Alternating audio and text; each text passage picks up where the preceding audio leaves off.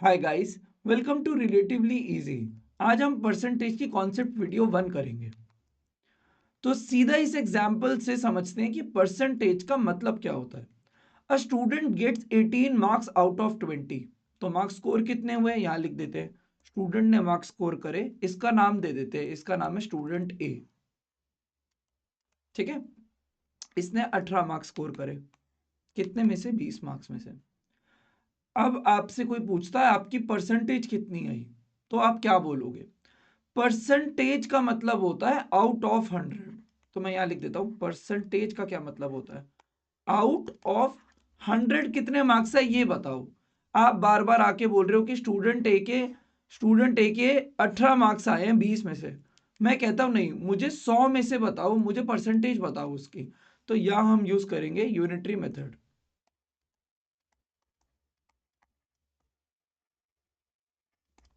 I hope सबको unitary method आता होगा। अगर मैं मैक्सिमम मार्क्स को 1 ले लेता तो यहाँ पे मार्क्स कोड कितने हो जाते?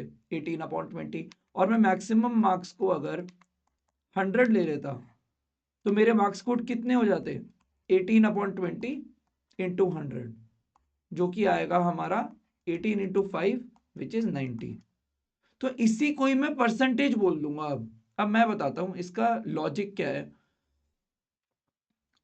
तो 20 में से 18 मार्क्स स्कोर करना और 100 में से 90 मार्क्स स्कोर करना क्या इक्विवेलेंट है? आओ देखते हैं क्या ये बात इक्विवेलेंट है। 18 मार्क्स स्कोर करना 20 में से, आपका ये रेशियो आया कितना? ये रेशियो आएगा आपका 9/10। और 90 मार्क्स स्कोर करना 100 में से, इसका रेशियो कितना आएगा? इसका रेशियो भी कितना आएगा? इसका रेशियो भी आएगा 9/10। तो मैं ये कंक्लूड कर सकता हूं ना कि ये सिचुएशन और ये सिचुएशन सेम है। कोई बच्चा ए, स्टूडेंट ए, अगर 18 मार्क्स स्कोर करता है 20 में से और वो एक एग्जाम में जाता है जो 100 नंबर का था और वो 90 मार्क्स स्कोर कर लेता है, ये बातें सेम है ना, क्योंकि इनके रेशियो सेम है। यहाँ लिख देते हैं, क्योंकि इनके रेशियो इक्वल है तो ये बातें इक्विवेलेंट है। ठीक है, समझ में आ गया। पर आप इसकी परसेंटेज को क्या बोलोगे? आप क्या बोलोगे? स्टूडेंट ए की परसेंटेज कितनी आई है? क्या आप ये बोलोगे उसकी 18% आई है? नहीं, आप बोलोगे कि उसकी 90% आई है। क्योंकि मार्क्स कोड आउट ऑफ 100 को ही हम क्या कहते हैं? परसेंटेज कहते हैं। तो मार्क्स कोड आउट ऑफ 100 को ही हम क्या कह देते हैं? उस स्टूडेंट की परसेंटेज कह देते हैं, और यही इसकी डेफिनेशन है।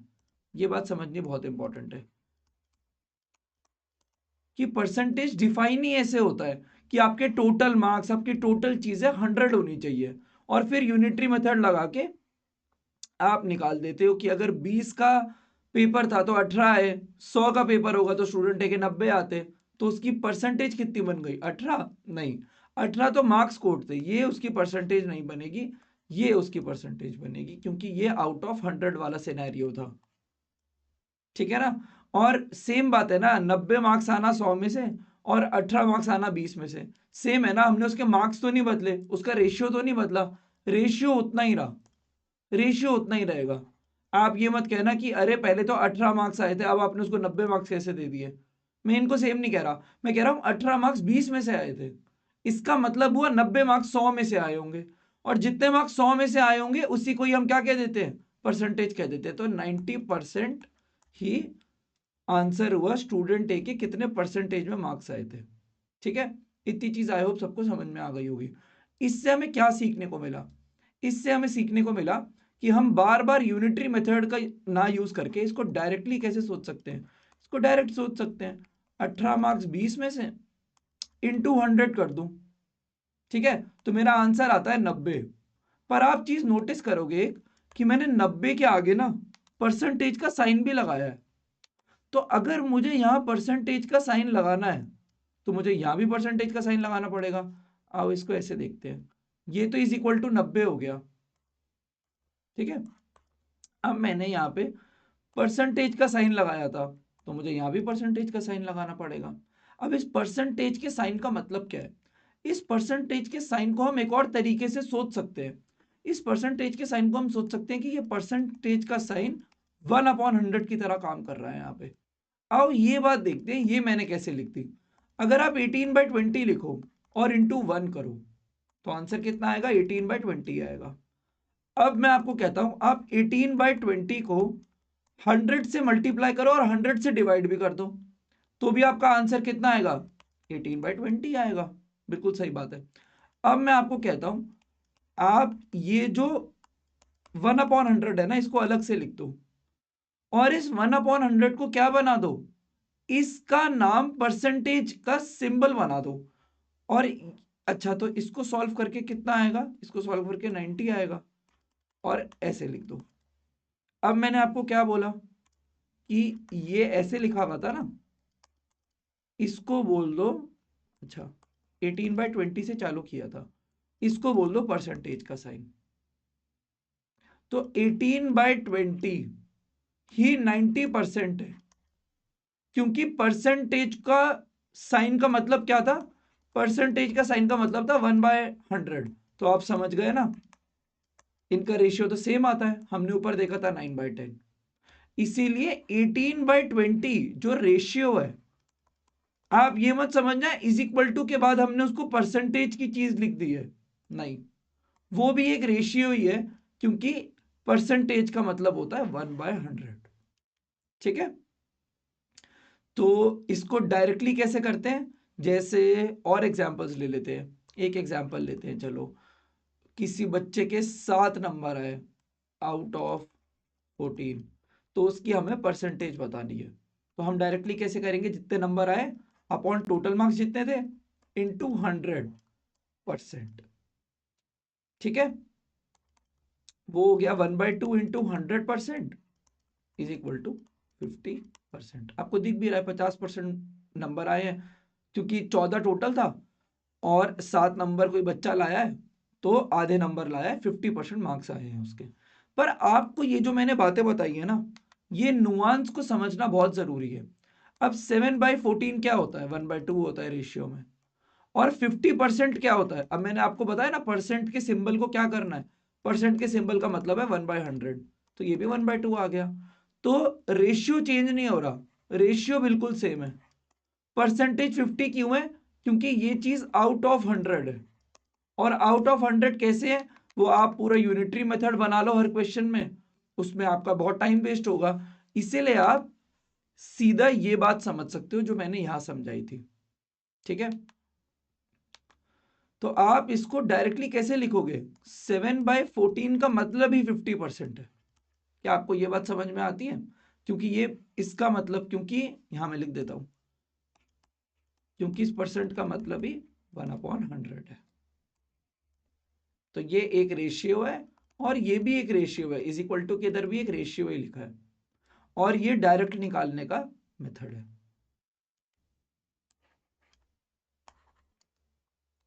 इनको सॉल्व करके 50 आएगा और परसेंटेज का सिंबल लगा दिया। ठीक है ना, और परसेंटेज असलियत में होता क्या है? यहां लिख देते हैं। परसेंटेज असलियत में होता क्या है? परसेंटेज असलियत में 1/100 ही तो होता है। तो ये कुछ नहीं लिखा, ये 7/14 ही लिखा है, और 7/14 को ही हम 50% बोल रहे हैं। आप समझ गए ना, ये परसेंटेज है क्या? ये परसेंटेज असलियत में, यहां मैं सर्कल बना देता हूं, ये परसेंटेज असलियत में 1/100 ही है। तो मैंने इसको देख लो, इस फॉर्म में भी लिख के दिखा दिया, ये 100 है तो ये 1/100 है। तो ये 7/14 इंटू 100% नहीं है, ये 7/14 ही है। वो बस लिखने का तरीका है ऐसे। जो बात मैं आपको बता रहा हूँ ये आपको कहीं नहीं मिलेगी, लेकिन ये सोचने का सही तरीका है कि ये 7/14 इंटू 100, और हम आगे हमेशा परसेंटेज लगा देते हैं। इसका मतलब क्या है? इस पूरे ब्रैकेट का मतलब क्या है? इस ब्रैकेट का मतलब है इंटू 100, और परसेंटेज का मतलब होता है 1/100। तो ये तो एक रेशियो ही है ना, ये तो एक रेशियो ही रहा। ये सब करने के बाद ये एंड में क्या आ गया? 100 से 100 कट गया, और ये एक रेशियो ही रहा, और उसका आंसर कितना आया हमारा? 50% आया, क्योंकि ये भी तो एक रेशियो ही है। तो आई होप सबको ये बात क्लियर हो गई होगी। तो ये हो गया हमारा डायरेक्ट मेथड। ठीक है, ये हो गया उसका मीनिंग, यहां पे लिख देता हूं, ये हो गया उसका मीनिंग। अब इस बात को आप एक और तरीके से सोच सकते हो, जो कि और आसान पड़ेगी आपको, कि 7/14, अब मैक्सिमम मार्क्स कितने हैं? अभी टेस्ट में मैक्सिमम मार्क्स 14 है, तो किसी बच्चे के 7 नंबर है। अब अगर मैं मैक्सिमम मार्क्स को 100 बना देता हूं तो मेरा रेशियो चेंज तो नहीं होना चाहिए, मेरी सिचुएशन तो सेम ही रहनी चाहिए, सिचुएशन को सेम रखना है। तो मैंने मैक्सिमम मार्क्स को अब 100 बना दिया, तो मेरे नंबर कितने आने चाहिए, 50 नंबर आने चाहिए, जिससे मेरा रेशियो सेम रहे, ताकि मेरी सिचुएशन सेम रहे। इसका मतलब जब 14 मैक्सिमम मार्क्स थे तो जिस बच्चे के 7 नंबर आ रहे हैं, जब वो 100 नंबर का टेस्ट देगा उसके 50 नंबर आएंगे, और हमारा रेशियो कितना होता है, हमारा रेशियो 1/2 आता है। ठीक है, आई होप सबको परसेंटेज का मीनिंग समझ में आ गया होगा। सब लोग बस इतना बता देते हैं और फिर यहाँ बोल देते 50% आ गया, पर कोई आपको ये स्टेप वाइज नहीं बताएगा कि इसका मतलब क्या है। ये 7/14 100 इंटू 1/100 ही तो है, तो ये 7/14 ही लिखा हुआ है। ये पूरी चीज क्या लिखी हुई है, ये पूरी चीज असलियत में 7/14 ही लिखी हुई है। मैं यहाँ लिख देता हूँ कि ये पूरी चीज 7/14 ही लिखी हुई है, और इसी का मतलब होता है 50%, क्योंकि 50 का मतलब होता है 50/100। आप समझ गए ना, क्योंकि परसेंटेज का मतलब होता है 1/100। आई होप सबको ये बात क्लियर हो गई होगी। ठीक है, आगे चलते हैं। अब कन्वर्जन तो बहुत इजी है। जैसे अगर आपको 20% दे रखा है और आपको उसको रेशियो में कन्वर्ट करना है, तो आप क्या करोगे। आपको पता है कि परसेंटेज का मतलब होता है 1/100, ये बात तो आपको पता है। तो आप परसेंटेज का सिंबल हटा के ऐसे लिख देते हैं, परसेंटेज का सिंबल हटा के उसको 1/100 लिख दोगे, और इसको आप लिख दोगे 1/5। ठीक है, अगर आपको कोई क्वेश्चन में रेशियो गिवन है और आपको परसेंटेज में निकालना है, तो सपोज करो रेशियो 1/4 गिवन है। ठीक है, अब आपको परसेंटेज में निकालना है, तो आप क्या करोगे, आप 1/4 लिखोगे, आप 100 से मल्टीप्लाई और डिवाइड कर दो, तो वो रहेगा तो 1/4 ही ना, सही बात है। अब 1/4 इंटू 100, और 1/100 को मैं परसेंटेज में बुला देता हूं, तो ये आ गया 25%। तो जिसको डायरेक्टली याद रखना है वो याद रखना, जब परसेंटेज टू रेशियो जाना होता है तब हम डिवाइड करते हैं 100 से, जब रेशियो टू परसेंटेज जाना होता है तब हम मल्टीप्लाई करते हैं 100 से।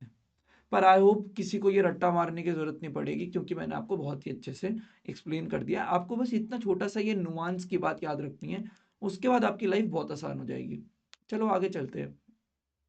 अब हम परसेंटेज टेबल देखते हैं। परसेंटेज टेबल बहुत इंपॉर्टेंट है, इससे बहुत सारे क्वेश्चन बनते हैं कैट में। ये आपका पूरे अरिथमेटिक, पूरे अलजेब्रा में बहुत हेल्प करेगा आपको। तो हम परसेंटेज टेबल देखते हैं। 1/1 कितना परसेंट होता है, कितना परसेंट होता है भाई 1/1। 1/1 होगा, 100 से मल्टीप्लाई करता हूं। अच्छा, ये परसेंटेज टेबल कैसे कन्वर्जन के ऊपर है, रेशियो टू परसेंटेज।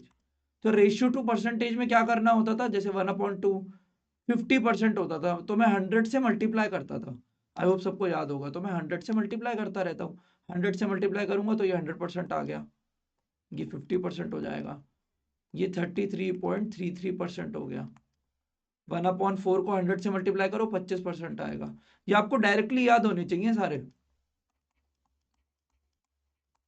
1/7 14.28%, 1/8 12.5%, 1/9 11.11%,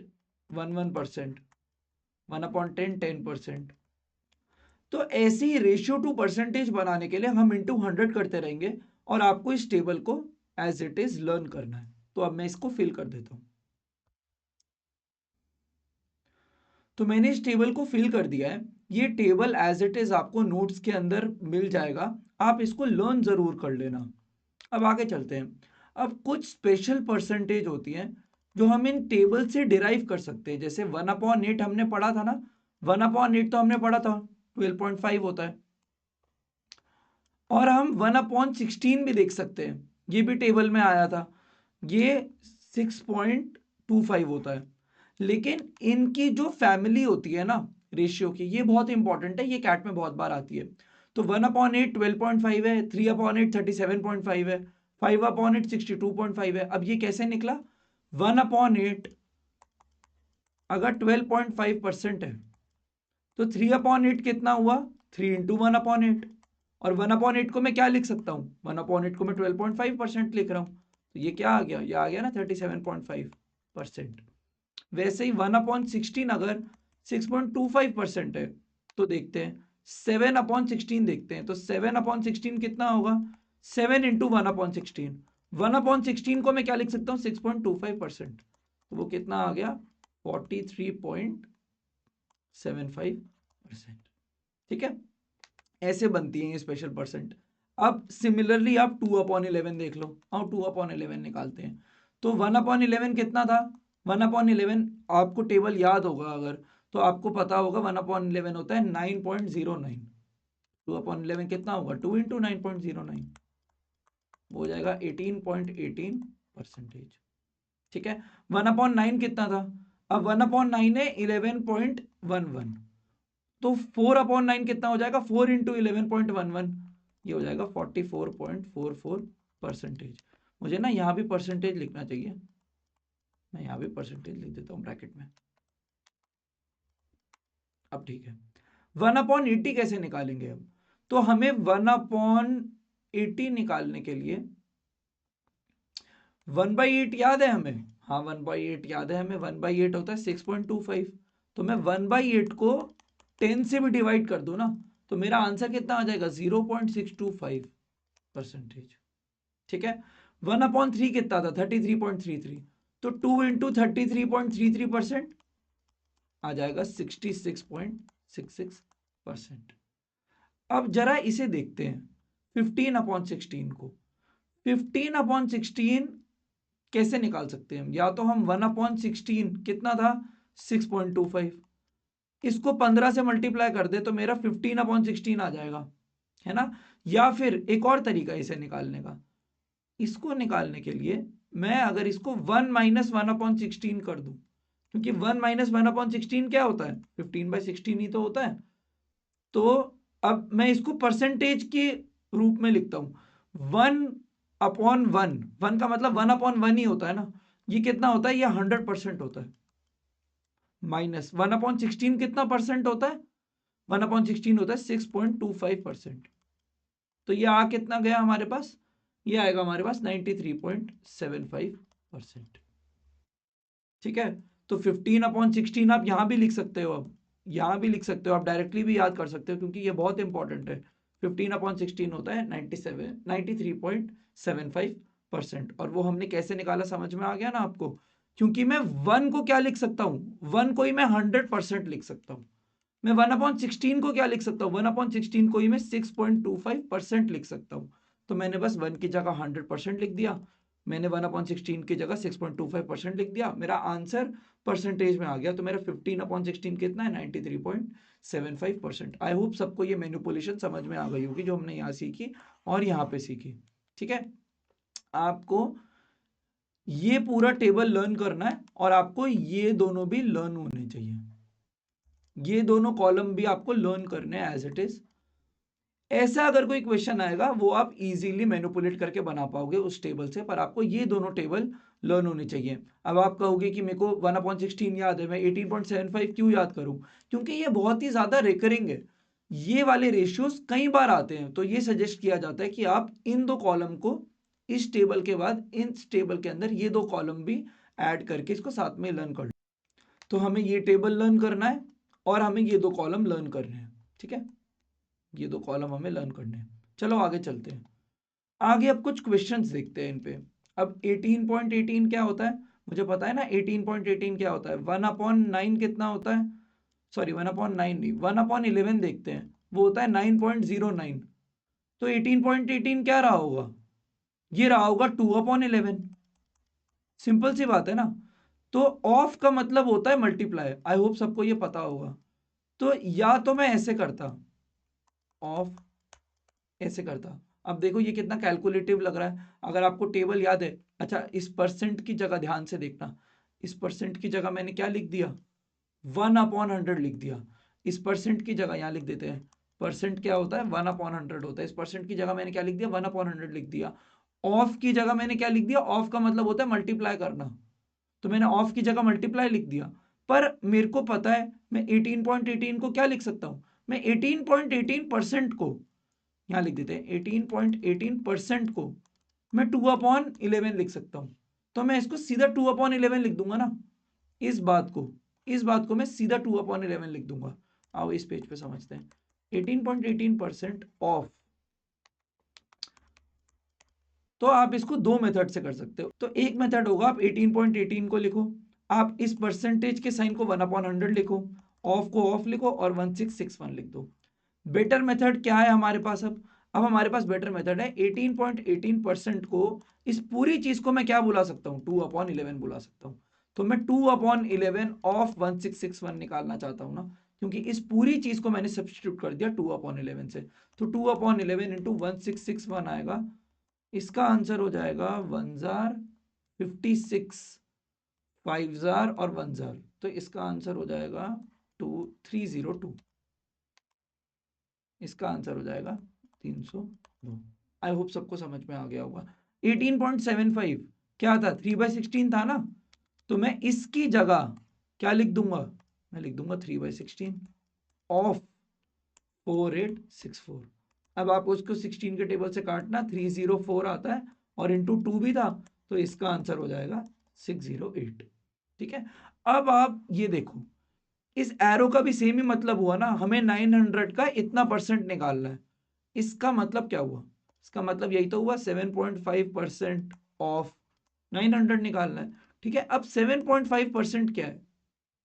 ये तो हमने कहीं पढ़ा ही नहीं, ये तो टेबल में कहीं था नहीं। आपको दिख रहा है? तो मैंने आपको लर्न करने के लिए टेबल दिया, ये दो कॉलम दिए, इसके अंदर था नहीं, तो इसका मतलब हमें इसको मैनिपुलेट करना पड़ेगा।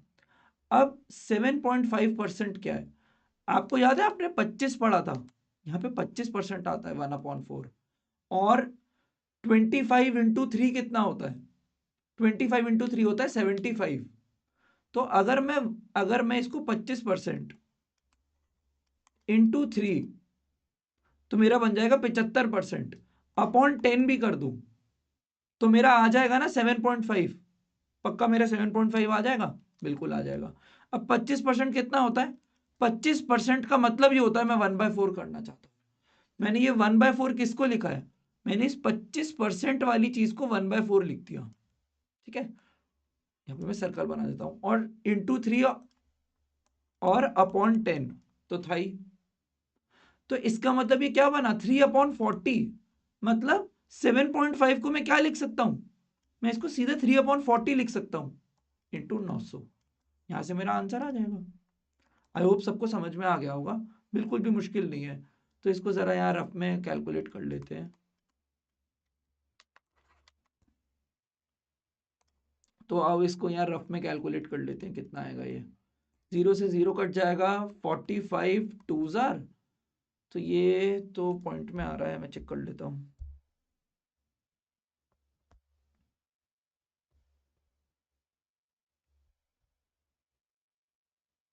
हाँ पॉइंट में आएगा, सही तो आ रहा है। तो 45 इंटू 3 कितना होता है? 90 और 135/2, तो ये जाएगा 6,000, उसके बाद 15 तो जाएगा 7,000, 67.5 आ रहा है। ठीक है, बिल्कुल सही।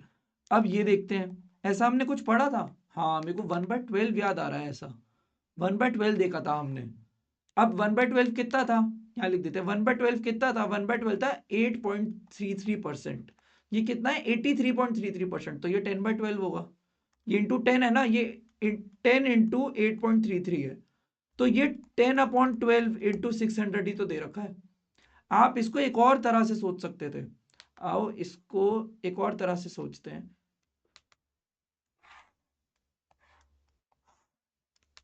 यहाँ पे लिख देता हूं मैं, जब हम 8, यहाँ में 83.33% चाहिए, या तो मैं इसको ऐसे बोल दूं कि ये 10 इंटू 8.33% था, और 8.33% को मैं क्या बोलूंगा? 1/12 बोल दूंगा, तो ये 10/12 है। ठीक है, जो कि आता है 5/6। ठीक है, अब इसको एक और तरह से सोचते हैं। क्या मैं 83.33 को 50% प्लस 33.33% नहीं लिख सकता? बिल्कुल लिख सकता हूं। और 50% को मैं 1/2 लिख सकता हूं, 33.33% को मैं 1/3 लिख सकता हूं। आप इनको प्लस करो, 5/6 आएगा। तो दोनों सोचने के तरीके सही है, आपको जो पहले स्ट्राइक करता है कि आप इसको 50 + 33.33 कर लो, या आप इसको 8.33, अगर आपको 1/12 याद है, आपने टेबल अच्छी तरह याद किया है, तो आप 10 से मल्टीप्लाई कर लो, उसको 10/12 लिख के 5/6 बना दो। अब हमें पता लग गया 83.33% को मैं क्या लिख सकता हूँ, या तो 10/12 या सीधा 5/6। तो मेरा आंसर कितना आ जाएगा, दोनों से सेम आंसर आने वाला है 500। तो आई होप आपको ये चारों एग्जाम्पल समझ में आ गए होंगे। तो ये क्वेश्चन 1 था, और क्वेश्चन 1 के अंदर हमने देखा कि जितने भी परसेंटेज दिए हैं, ये परसेंट, ये परसेंट, ये वाला परसेंट, ये वाला परसेंट, वो हम टेबल से डिराइव कर पा रहे थे। तो ये, इसको मैं ऐसे लिख दूं, ये सारे टेबल से हो पा रहे हैं, ये सारे टेबल से हो पा रहे हैं। पर अगर आपके पास कोई ऐसा परसेंट आ जाता है, जरूरी थोड़ी ऐसे परसेंट है जो सिर्फ टेबल से डिराइव हो, ये टेबल अच्छा है, इंपॉर्टेंट है, इससे कई सारे क्वेश्चन आते हैं, पर सारे क्वेश्चन इससे तो नहीं आते। अगर आपके पास कोई क्वेश्चन आ जाए ऐसा, तो आपको ऐसा कुछ भी इससे मल्टीप्लाई करो, डिवाइड करो, कुछ भी करो, आपको टेबल में कोई रिलेशनशिप मिल रहा है, आपको इससे टेबल में कोई रिलेशनशिप नहीं मिलेगा। तो ऐसे क्वेश्चंस को हम कहते हैं रैंडम परसेंटेज। रैंडम परसेंटेज आ गई तो उनको कैसे सॉल्व करना है, क्या ये टेबल से होंगे? नहीं, ये टेबल से नहीं हो पाएंगे, ये टेबल से डायरेक्टली नहीं हो पाएंगे। टेबल का यूज तो पक्का आएगा कहीं ना कहीं, पर ये टेबल से डायरेक्टली सॉल्व नहीं हो पाएंगे। ठीक है, हम देखते हैं हम इसे सॉल्व कैसे करेंगे। क्या लिखा हुआ है, 23.8%। ऑफ को मैं मल्टीप्लाई लिख दूं ना यहाँ पे, ठीक है, ऑफ को मैंने मल्टीप्लाई लिख दिया। अब हम ना इसकी परसेंट को ब्रेक कर लेते हैं सिंपलर परसेंटेजेस में। सिंपलर परसेंटेजेस में ब्रेक करने का मतलब, इसका मतलब 20% प्लस 3% प्लस 0.8% ही नहीं है क्या? ये और ये बातें सेम है ना? बिल्कुल सेम है। तो अगर मैं अब इसको ओपन कर दूं ब्रैकेट को, अगर मैं इसका 20% निकालूं, फिर उसके अंदर इसका 3% ऐड कर दूं, और फिर 0.8% कहीं से निकाल के इसके अंदर ऐड कर दूं, तो क्या मेरा आंसर आ जाएगा ना? बिल्कुल मेरा आंसर आ जाएगा। तो अब ये 3 स्टेप प्रोसेस बन गया है, फर्स्ट स्टेप, सेकंड स्टेप और थर्ड स्टेप। अब हम तीनों स्टेप्स देखते हैं। इसका पहले 20% निकाल लेते हैं। तो हम देख रहे हैं फर्स्ट स्टेप, 20% निकालना। 20% कितना था, हमें याद होगा 20% था, सीधा 1/5 लिख दें इसे। तो यहां से हम ऐसा भी कर सकते हैं, जिसको टेबल याद नहीं है, कि आप परसेंट को 1/100 लिख दो, फिर कट करो और 1/5 आ जाएगा। पर हमें तो टेबल याद है, हम इसको डायरेक्टली 1/5 लिख देते हैं। तो मुझे 20% ऑफ किसका निकालना था, 5891। तो यहां से हमारा आंसर आ जाएगा 1178.2। मैं एक बार चेक करता रहता हूँ, कैलकुलेशन मिस्टेक ना हो जाए। बिल्कुल सही है, ये हमारा 1 से आया। 2 से हमारा क्या आएगा, हमें 2 से 3% निकालना है ऑफ 5891, 3%। 3% निकालने के लिए हम क्या करेंगे, हम पहले इसका 1% निकालेंगे। 1% क्या होगा इसका, इसका 1% हो जाएगा 58.91।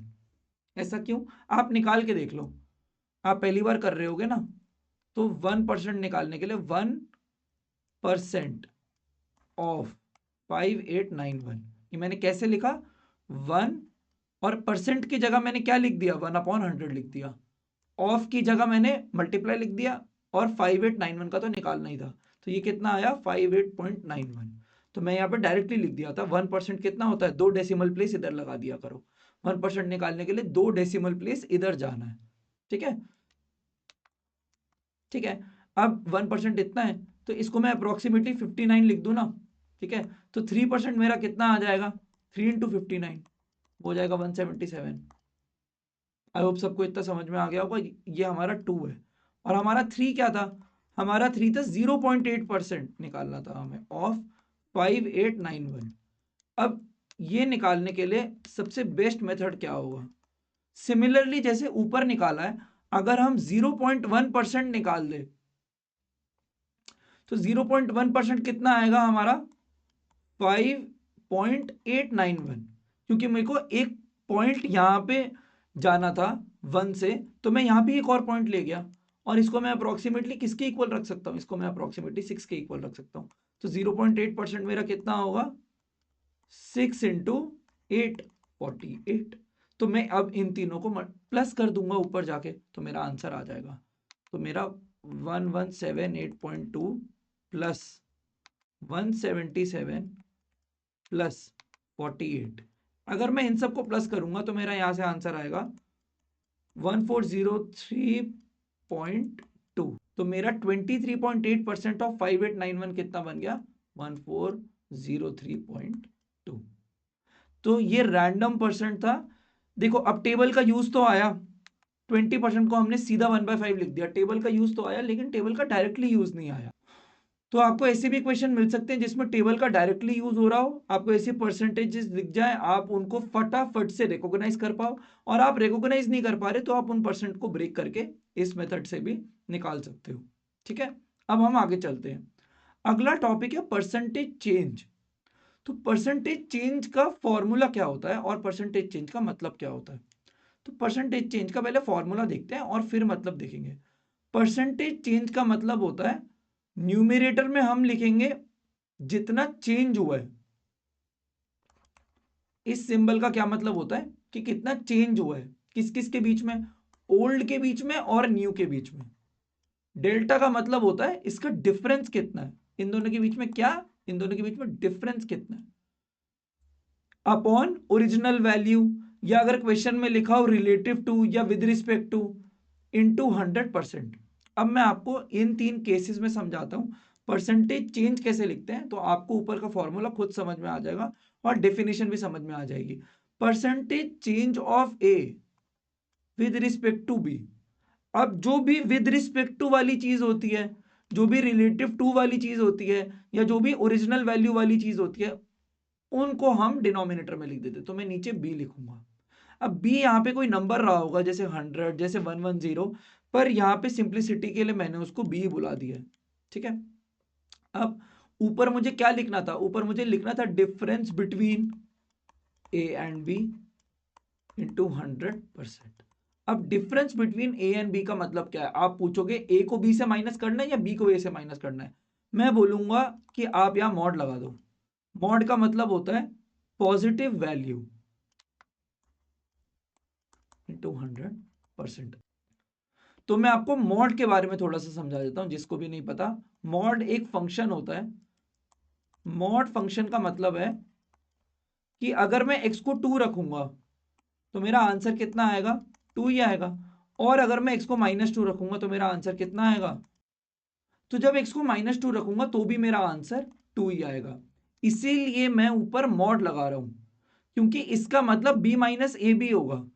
इसी का मतलब है ऊपर अगर मैं b माइनस ए मॉड लिख देता तो बात सेम ही होती, क्योंकि हमें उसके साइन से मतलब नहीं है, हमें बस उसके चेंज से मतलब है, क्योंकि हम परसेंटेज चेंज पढ़ रहे हैं। अब वो परसेंटेज चेंज ऊपर हो रहा है या नीचे हो रहा है वो तो हम वैल्यूज को देख के बता सकते हैं ना, वो आपको भी एग्जाम्पल देख के समझ में आ जाएगा। पहले आप परसेंटेज चेंज लिखना सीख लो।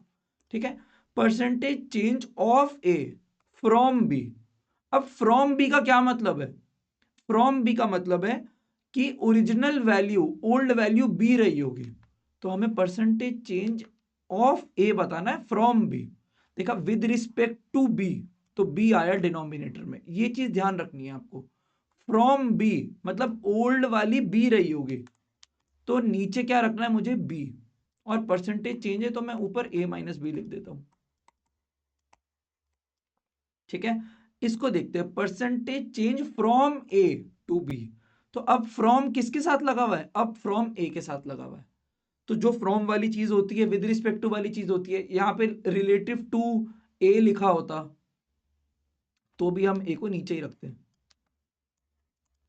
और ऊपर ए माइनस बी या बी माइनस ए लिख लो, एक ही बात है, वो मैंने आपको मॉड की बात समझा दी है। यहां लिख देते हैं ये मॉड्यूलस फंक्शन होता है। ठीक है, आई होप सबको ये समझ में आ गया होगा।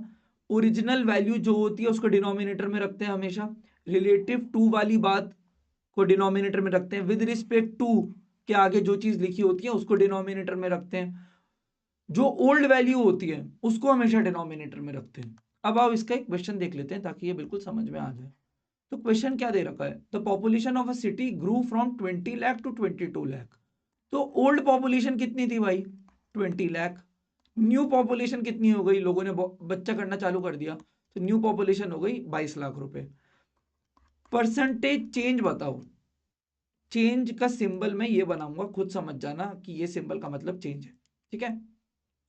परसेंटेज चेंज बताने के लिए नीचे मैं कितना रखूंगा, 20 लाख, 20 लाख एल लिख देता हूं। ऊपर मैं क्या रखूंगा, 20 माइनस 22 लाख, तो ऐसे लिख देते हैं 20 लाख माइनस 22 लाख का मॉड इंटू 100 और ये परसेंट। अब आपको ये तो वैसे आप मैंने बताया नहीं, पर आपको ये तो समझ में आ गया होगा ना कि ये है क्या परसेंटेज चेंज।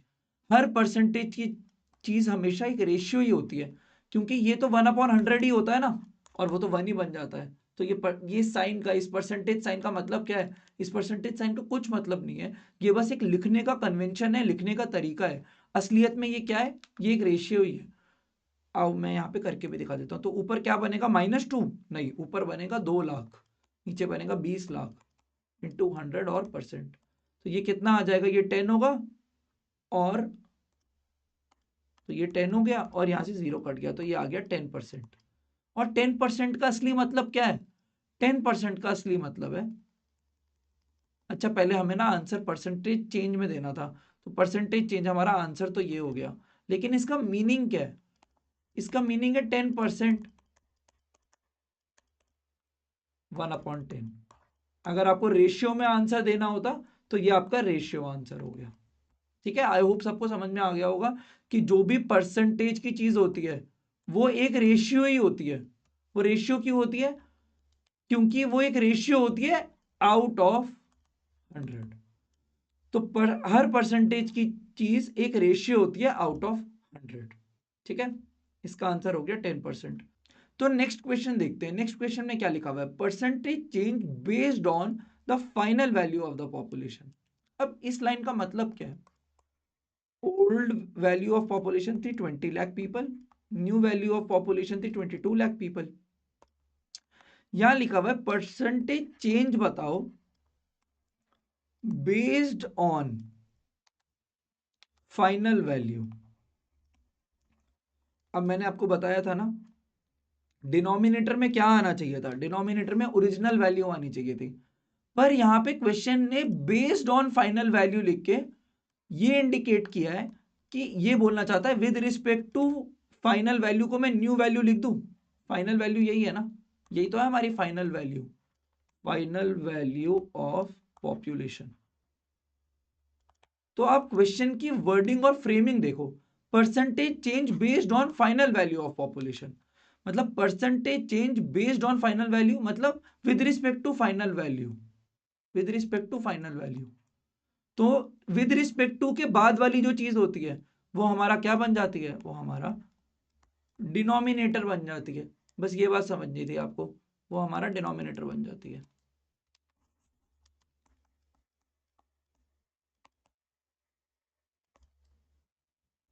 तो मैं नीचे क्या लिखूंगा, मैं नीचे इस बार 22 लाख लिखूंगा, और ऊपर क्योंकि परसेंटेज चेंज बताना है, चेंज का परसेंटेज बताना है, तो ऊपर तो मैं चेंज ही लिखूंगा, और वो तो मैं मॉड में ही लिखने वाला हूं। तो 20 लाख माइनस 22 लाख इंटू 100%, ये कितना आ गया, 2/22 इंटू 100%, ये आ जाएगा 1/11 जो कि होता है 9.09%। तो इसका आंसर हो गया ये, ठीक है।